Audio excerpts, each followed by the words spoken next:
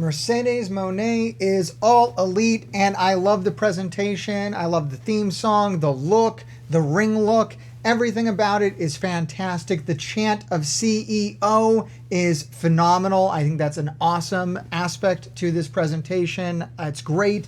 The one interesting thing that Mone said during the promo, she says she was the first woman to ever main event a pay-per-view in that very arena.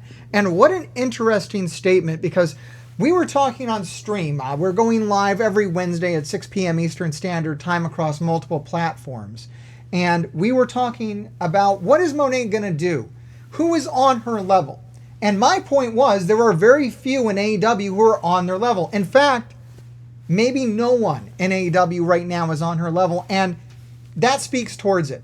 When Mone says that she is was the first woman to main event a pay-per-view, we have yet to have a woman main event a pay-per-view other than Athena and Billy Starks in Ring of Honor, who did in fact, main event a pay-per-view. But as far as AEW pay-per-views, not really. And in fact, very few women have main evented even episodes of Dynamite. It's a very interesting thing to have Mercedes Mone here in All Elite Wrestling. It is going to, by default, elevate the women's wrestling in AEW. People are going to have to rise to her level. I think there's a lot of interesting pairings that can be had with Mercedes now that she's in All Elite. The one I'm looking forward to the most, the feud, the only feud in my mind, the biggest money feud, is going to be her versus Jamie Hayter.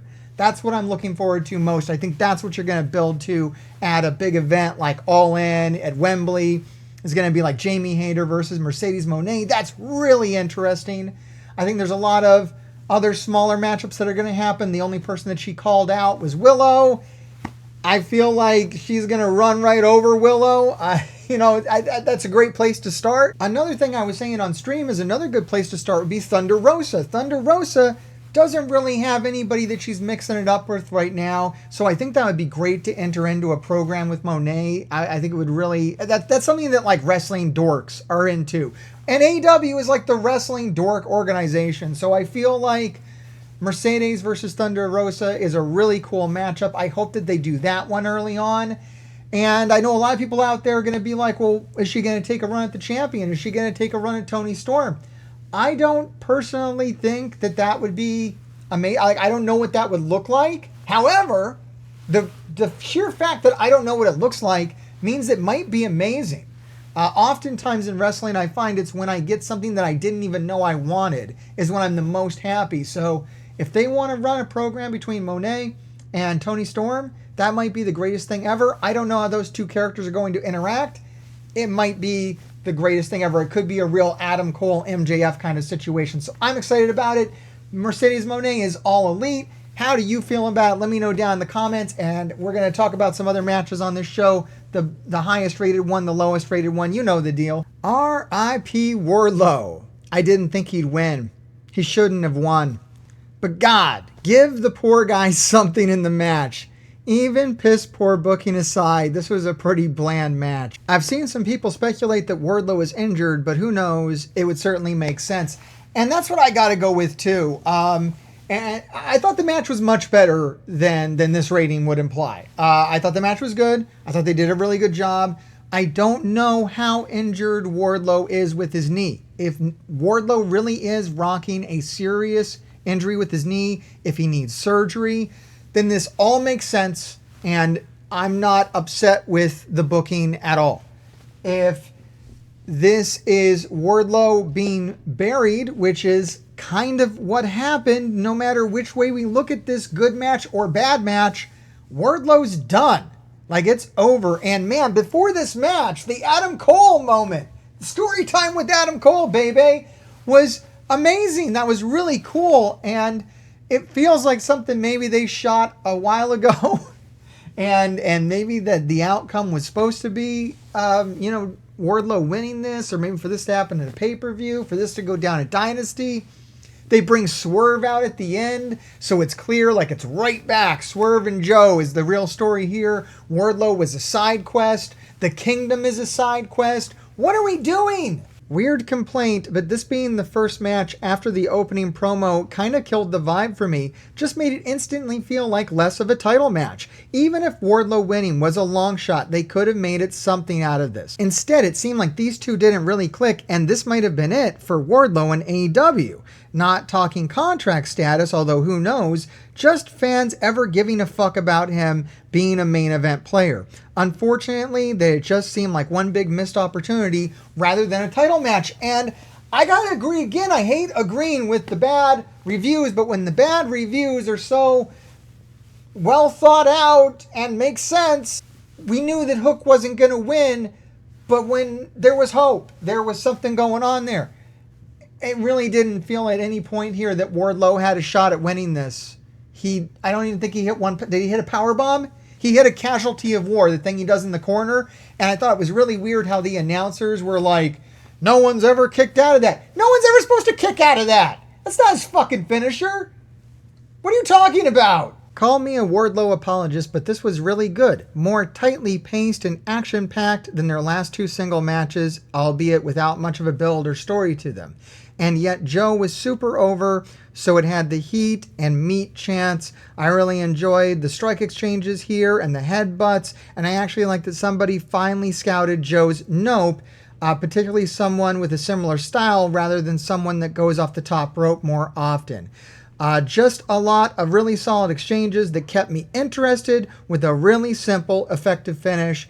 I expect a lot of people to be mild on this, so I'll be the guy going to bat for it. And I appreciate you, sir, and I think this was a good match. This was a case of booking that I don't understand. I don't understand why this was, so kind of anticlimactic, didn't go on long enough. I only have to assume that Wardlow or Joe, as some people are saying Joe is injured, but some people are saying Wardlow's injured. Who knows?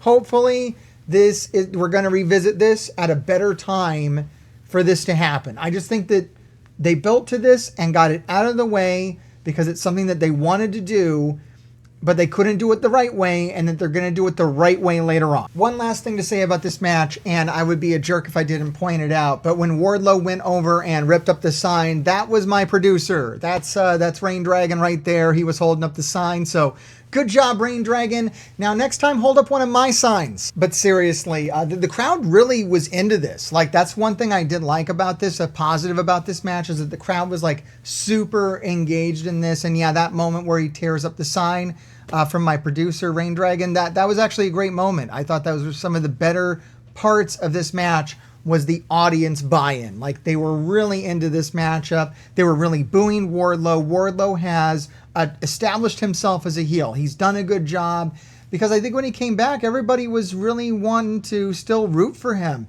And he had to do a lot of work. He spent like months building up this heel character, coming in and squashing guys and being a jerk and being more narcissistic. So I think he did a really good job at that, and I thought he looked really good in this match. And I really hope this isn't the end for Wardlow. I hope that if it's an injury, that he gets that worked on, and then he comes back, and that he finally does get a legit shot at the championship. What a hidden gem in the middle of a crowded show. Tight, focused, and a brilliant showcase for both wrestlers. It was refreshing to see Jay White return to his cerebral, dismantling style that made him stand out in New Japan. And Darby Allin, who was legitimately bandaged and bruised, still launched himself into insane bumps in a compelling underdog performance. It was visceral and thrilling, and every bump was felt. Really great match between these two. This match really showcased the best of Jay White once again, and Darby made everything look great as he always does.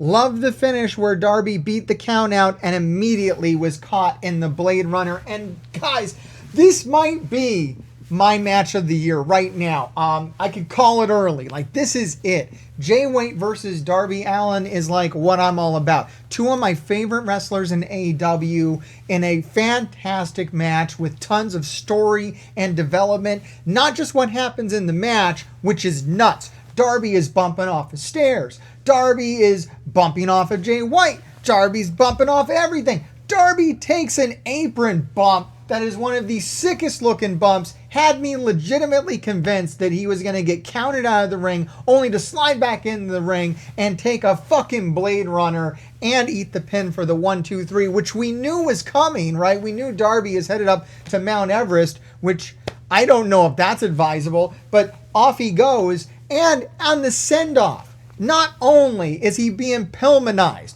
he Pillmanized himself on the apron. Not only is he being Pillmanized that way, but they actually legitimately Pillmanized with him with the chair and a baseball bat to the ankle. Like, oh my God, Darby, we get it, dude. You're going to be out for a while. Like, okay, guy, you sold it. Also, you've got, like, this is not even, like, oh my fucking God. Can you guys believe that we live in a time where the Elite is the Young Bucks and Okada, and the Bullet Club are the Guns and Jay White? And if you put those two teams together, holy shit, the match you are going to get, the storytelling, the depth, holy fuck, like, that's got to happen. So I just want to see all these guys stay in the trio scene. Like, I don't even think the Bucks need to go after the fucking tag belts at this point.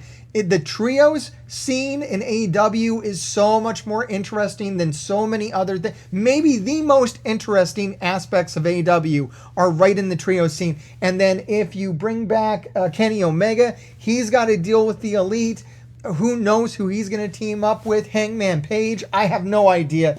It's very, very exciting, but that's just what I think. Let me know what you think down in the comments below. I didn't give this match a rating. Here, this button here gives it that many. That's what this match gets. It gets that many. 1, 2, 3, 6. Sure, it gets 6. I don't know, maybe 7, 8, or 9. I don't care. But once again, I want to know what you think. Let me know down in the comments below. And check out my Instagram as well. There's the Instagram thing. Go follow that. A lot of cool stuff is happening on Instagram. You don't want to miss it. Check out the new ending on this video. We got new ending. I'm going to roll the new ending. Watch it all the way to the end. We got all kinds of new clips in there. Grave diggers, keep digging. He is I and I am him, and I'm the undisputed trend in that Taven. And this dork behind the camera, some Melvin told me to say, grave diggers keep on digging. Whatever that means. I am AEW wrestler and Ring of Honor tag champ, Mike Bennett. And remember, grave diggers keep digging, but not the monster truck. Even though my son really likes that monster truck, I kind of like Son of a Digger, and so I'm going off on a tangent about monster trucks because my son really loves monster truck, but we're talking about the YouTube channel, so make sure, grave diggers, keep on digging, baby. So this is Mark doing one half private party, saying what up to the grave diggers, and you doing your thing, bro. Alright, like, subscribe, and watch another video, or be cursed. If you're cursed, that means the grave diggers will keep digging your graves. So, you probably want to do it.